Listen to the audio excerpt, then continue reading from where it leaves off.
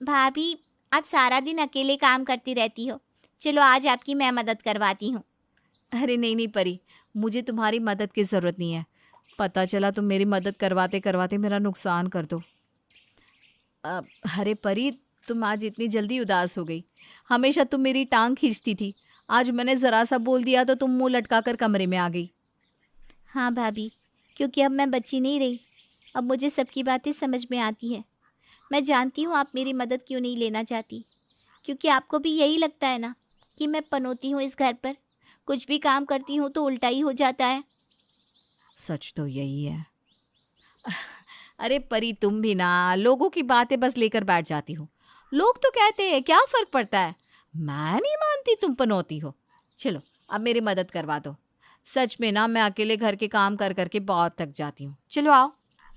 हे भगवान, परी ने तो सब्जी का गैस बंद कर दिया था।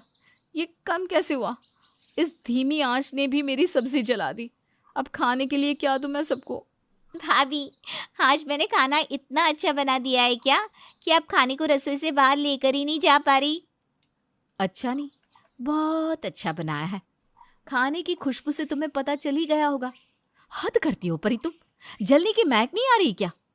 मुझे समझ में नहीं आ रहा अब मैं खाने के लिए क्या दूं घर वालों को। भाभी, आप इतना परेशान क्यों होती हो? आप खाना लगाओ, मैं जल्दी से दूसरी सब्जी बना देती हूँ। हे भगवान, परी अब ये क्या कर दिया। भाभी, मैंने कुछ नहीं किया। मैंने जैसे ही नल को हाथ लगाया वो मेरे हाथ में आ गया। हमेशा मेरे ही साथ ऐसा क्यों होता है? पहले सब्जी बनाई तो सब्जी जल गई, और अब सब्जी धोने के लिए नल खोला तो नल टूट गया। नंदिनी, सच सच कहना, तुमने मेरी बहन को डांटा क्या। वो इस तरह से रोती हुई कमरे में क्यों गई। मैं ना कहती थी बेटा, तेरी बीवी ना मेरी बेटी से जलती है। हर समय ये कल मुही उसको ताने देती है। ऐसे ही उसे पूरी दुनिया पनौती बोलती है। अब घर के सदस्य भी कहने लगे मेरी बेटी को, तो कितना बुरा लगता होगा सोच। माँ जी, मेरा तो पता नहीं, पर आप उसे हमेशा एहसास कराती हैं कि वो हम सबके लिए कितनी बड़ी पनौती है। इसीलिए अब घर में कुछ भी होता है तो उसे लगता है कि ये उसकी पनौती की वजह से हुआ है। बस यही वजह है कि वो रोती हुई अपने कमरे में गई है।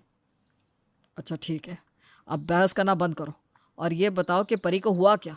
वो इतनी दुखी क्यों है और खाने के बदले अपने कमरे में क्यों चली गई। क्योंकि आज खाना परी ने बनाया था और वो खाना जल गया। अब उसने दोबारा सब्जी बनाने के लिए सब्जी धोने के लिए नल खोला तो नल टूट गया। हे भगवान, मैं तो लुट गया, बर्बाद हो गया। किस पनौते मनुष्य के पैर मेरे दुकान में पड़ गए, जो मेरी दुकान से जिंदगी में पहली बार रानी हार चोरी हो गया। कितना शातिर चोर है, कैमरे में भी कैद नहीं हुआ। ये क्या हो गया। भाभी, लगता है ये सब कुछ मेरी वजह से हुआ है। मुझे इस बेचारे की दुकान में आना ही नहीं चाहिए था। चुप करो तुम। तुम्हारी वजह से कुछ नहीं हुआ। हमेशा किसी न किसी की दुकान में चोरी होती है। इसका मतलब ये तो नहीं ना कि वो सब तुम्हारी वजह से होता है। अब ये बेचारा तो रोने में लगा है, हमें क्या हार दिखाएगा। हम किसी दूसरी दुकान पर चलते हैं, चलो। भैया, कुछ पैसे दो ना, कुछ महीने बाद आपको डबल करके दे दूंगी। तू और पैसे डबल करके देगी। सीधे बोलना भैया पैसे दो, ताकि मैं आपको कुछ दिन में कंगाल कर दूं। अरे कैसा भाई है तू। तुझे शर्म नहीं आती अपनी बहन से इस तरह से बातें करते हुए। थोड़े से पैसे ही तो मांग रही है, दे नहीं सकता। माँ, आपको पता नहीं, ये घर वालों से पैसे लेकर ड्रीम 11 खेलती है और हर बार हार जाती है। इसकी वजह से हम भी गरीब होते जा रहे हैं। कहीं ऐसा ना हो कि एक दिन ये हमें रोड पर ला दे, पनौती कहीं की। आलोक, पता नहीं मेरे घर को किसकी नज़र लग गई। जब से मेरे बेटे की शादी हुई है, हमारे घर की तो लक्ष्मी ही रूठ गई है। माँ जी, आप फिक्र क्यों करती है?